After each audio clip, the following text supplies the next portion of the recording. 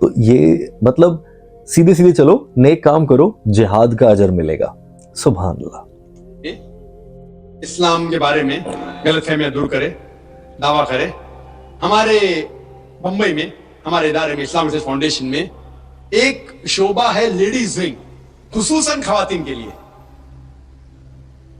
اور اس شعبے میں کم سے کم 10 خواتین ہیں جو تقریر کرتے ہیں, 10 مقرر ہیں, 10 کم از کم, جو الحمدللہ نہ ہی بمبئی میں, ہندوستان کے دیگر شہروں میں, ہندوستان کے باہر بھی الحمدللہ وہ تقریر کرتے, خصوصاً خواتین کے درمیان.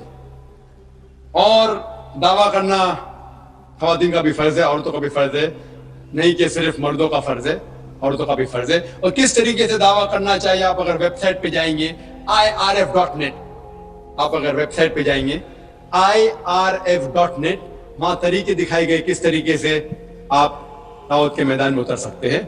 چونکہ یہ پرانی ویڈیو ہے تو اب irf.net پر آپ جا کر دعوت کے طریقے نہیں دیکھ سکتے, مگر اس بیان سے واضح ہے. میں اس پر بات کرتا ہوں. اور جو آخری جو بہن نے سوال کیا کہ جو میرے حساب سے قتال فی سبیل اللہ تھا, ہم دیکھتے ہیں کہ صحیح بخاری میں ایک چیپٹر, ایک باب ہے جس کے اندر ذکر ہے کہ خصوصاً خواتین نے بھی قتال کے درمیان حصہ لیا. مثال کے طور پہ جب مرد جنگ کے میدان میں اترتے تھے تو انہوں نے پانی دیا, انہوں نے فرسٹ ایڈ کیا, مرہم پٹی کی. اور ایک واقعہ ہے جس کا ذکر ہے جنگ احد کے درمیان, جب دشمنوں نے محمد صلی اللہ علیہ وسلم کو گھیرا تو کچھ صحابہ محمد صلی اللہ علیہ وسلم کے ساتھ تھے, اور ایک صحابیہ بھی تھی جس کا نام تھا نصیبہ رضی اللہ عنہ, اور باقی صحابہ کے ساتھ یہ خواتین صحابیہ تھی. اور جب دشمنوں نے حملہ کیا انہوں نے بھی حصہ لیا محمد صلی اللہ علیہ وسلم کی جان بچانے میں, اور وہ گھائل ہوئی, اور اس گھائل ہونے کے بعد محمد صلی اللہ علیہ وسلم نے اس کی تعریف کی. تو چند موقع پہ جب ضرورت پڑی, عام طور پہ مرد کو اللہ تعالیٰ زیادہ طاقت دی, وہ جنگ کے میدان میں اترتا ہے, لیکن خواتین بھی حصہ لے سکتی ہے پانی دینے میں, جب ضرورت ہے فرسٹ ایڈ میں, مرہم پٹی کرنے میں ضرورت پڑی تھی, جس طریقے سے مثال ہے نصیبہ رضی اللہ عنہ کی, تو وہ بھی حصہ لے سکتی ہے, اور جب ضرورت ہے مردوں کا ہمت افزائی کر سکتی ہے. تو دوستو, ہم نے دیکھا کہ ڈاکٹر ذاکر نائک صاحب کا یہ بیان مکمل ہوا. جو اصل جہاد جو ہمارے ذہن میں, جس کو ڈاکٹر ذاکر نائک نے کہا قتال فی سبیل اللہ, یعنی کہ جنگ میں جا کے شرکت کرنا, اس کے لیے خواتین کو اپنے دائرے میں رہتے ہوئے اجازت ہے.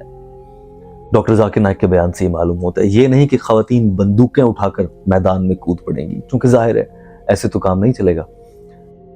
دوسری طرف سے مرد ہوں, ادھر سے مسلمان خواتین ہوں تو ویسے شکست. اور دوسرا یہ کہ جنگیں مردوں کا عام طور پہ کام ہے, عورتیں بہت جلد, چونکہ وہ جسمانی طور پر اتنی مضبوط نہیں ہے تو جلدی ہار جائیں گے, لہٰذا عورتوں کو براہ راست جنگ میں شرکت سے منع کیا گیا. مگر ایک حدیث کی روشنی میں بتایا گیا کہ کیسے خواتین اگر جہاد یا قتال فی سبیل اللہ کا حصہ بننا چاہیں تو وہ کیسے کر سکتی ہیں, کہ وہ جنگ میں جو شامل مرد ہیں ان کی مدد کریں گی. لیکن ایک چیز میرے ذہن میں اٹھ رہی ہے, جہاں پر ڈاکٹر ذاکر نائک نے بھی کہا کہ وہ زخمی جو جنگجو ہیں یا مسلمان زخمی جہادی ہیں ان کی مرہم پٹی کر سکتی ہیں, یہ فرسٹ ایڈ دے سکتی ہیں ان کو. لیکن میرے ذہن میں یہ آ رہا ہے کہ ایک خاتون کے لیے کسی مرد کو, چاہے وہ زخمی ہے, اس کی فرسٹ ایڈ کرنے کے لیے اس کو چھونا پڑے گا, اس کے جسم پہ ہاتھ لگانا پڑے گا, اور اگر وہ نامحرم ہے تو یہ تو مناسب نہیں ہوگا.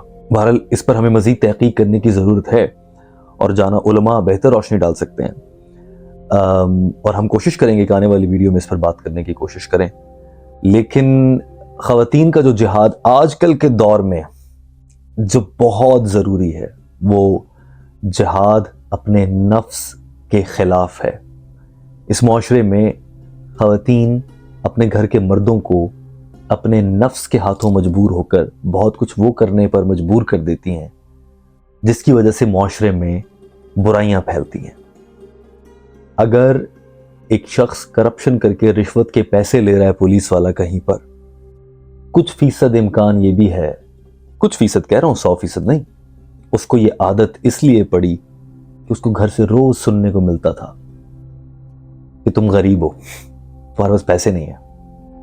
اور اب اس نے زیادہ پیسے کمانے کے لیے یا اپنی بیوی کو خوش رکھنے کے لیے یا اپنی بیٹی کو خوش رکھنے کے لیے, چونکہ وہ اپنے نفس کے خلاف جہاد نہیں کر رہی, وہ بس مانگے جا رہی ہیں, خواہشات کا اظہار کیے جا رہی ہیں, مجھے یہ بھی لے دو, مجھے وہ بھی لے دو, اور دیگر چیزیں بھی ہوتی ہیں. تو وہ ایسے کاموں پر, رشوت لینے پر پولیس والا سوچتا ہے کہ بس ٹھیک ہے اپنا گھر چلانا ہے کسی طرح سے چلاؤ, اور وہ لگ جاتے ہیں. دونوں کام ہی غلط ہیں ظاہر ہے. اسی طرح سے اپنے غصے پر قابو رکھنا, کب کون سی بات کہاں پر کرنی ہے اس کا خیال رکھنا, یہ بھی جہاد ہے. غصے پر قابو پانے سے بڑا جہاد تو کوئی ہو ہی نہیں سکتا. تو ہم مردوں اور عورتوں دونوں کو ہی چاہیے کہ اس پر عمل کریں, لیکن یہ ویڈیو چونکہ خواتین کے بارے میں ہے تو میں اس لیے اس پر بات کر رہا ہوں. رہ گئی بات ام رباب کی, جو اپنے والد کے قتل کا حساب لینے کے لیے عدالت میں ننگے پاؤں آتی جاتی ہے. ظاہر ہے کہ اس دور میں انصاف کے اور طریقے تھے. آج کل انصاف ایسا کہ 450 کورٹ ہیئرنگ ہو چکی ہیں, 450 دفعہ جج بیٹھا, عدالت لگی اور یہ استدعا کی گئی کہ بھائی قاتلوں کو سزا دو. 450 ٹائمز. ایک سال میں 365 دن ہوتے ہیں, 8 سال یہ کیس چلا ہے, بچہ بڑا ہو جاتا ہے بھائی اس اوپر میں. انصاف نہیں ملا. تو اس دور میں میری عقل کے مطابق جب انصاف نہیں مل رہا اور آپ کے باپ کو قتل کیا گیا ہے, یہ انسانی فطرت ہے کہ آپ سکون سے نہیں بیٹھیں گے, یہ دل کو چین نہیں آئے گا. تو اس بچی کا ایسے باہر نکلنا, اور ہم نے دیکھا ہے وہ باپردہ ہوتی ہے, جس حد تک وہ رہ سکتی ہے, سر پہ دوپٹہ کم سے کم لیا ہوتا ہے, اور اس کی نیت بری نہیں ہے. میری عقل کے مطابق تو اس حد تک کا جہاد بہت اچھی بات ہے. یہ تو الٹا بے نقاب کر رہی ہیں وہ ملک کے ان اداروں کو جن کا کام انصاف دینا ہے, تو یہ تو بہت اچھا کام ہے, جہاد ہے. آپ کی اس پر کیا رائے ہے؟ آپ کیا سمجھتے ہیں کہ کیا اس بچی کو یوں گھر سے باہر نکلنا چاہیے, چاہے وہ کتنے بھی بڑے کام کے لیے نکل رہی ہے یا نہیں؟ ہم نے ویڈیو میں دیکھا ہے کہ ڈاکٹر ذاکر نائک صاحب کہتے ہیں کہ اگر ضرورت پڑے, حالات ایسے بن جائیں کہ جنگ میں عورت کی مدد کی ضرورت ہو, تو پھر وہ جا سکتی ہے. کھانا پکا کر لے کر جائیں, مثال کے طور پر جنگ جو اپنے جنگی سپاہی لڑ رہے ہیں ان کے لیے کھانا بنا کر لے کے جائیں, اور باقی چیزیں ان کی مدد کے لیے ہو سکتی ہیں. تو آپ کیا سمجھتے ہیں کہ جب حالات مجبور کر دیں تو پھر اس طرح کا جہاد کرنا چاہیے یا نہیں؟ اپنی رائے کا اظہار کیجیے. ہمارے چینل ہم قدم کو سبسکرائب کر لیجیے. اللہ حافظ.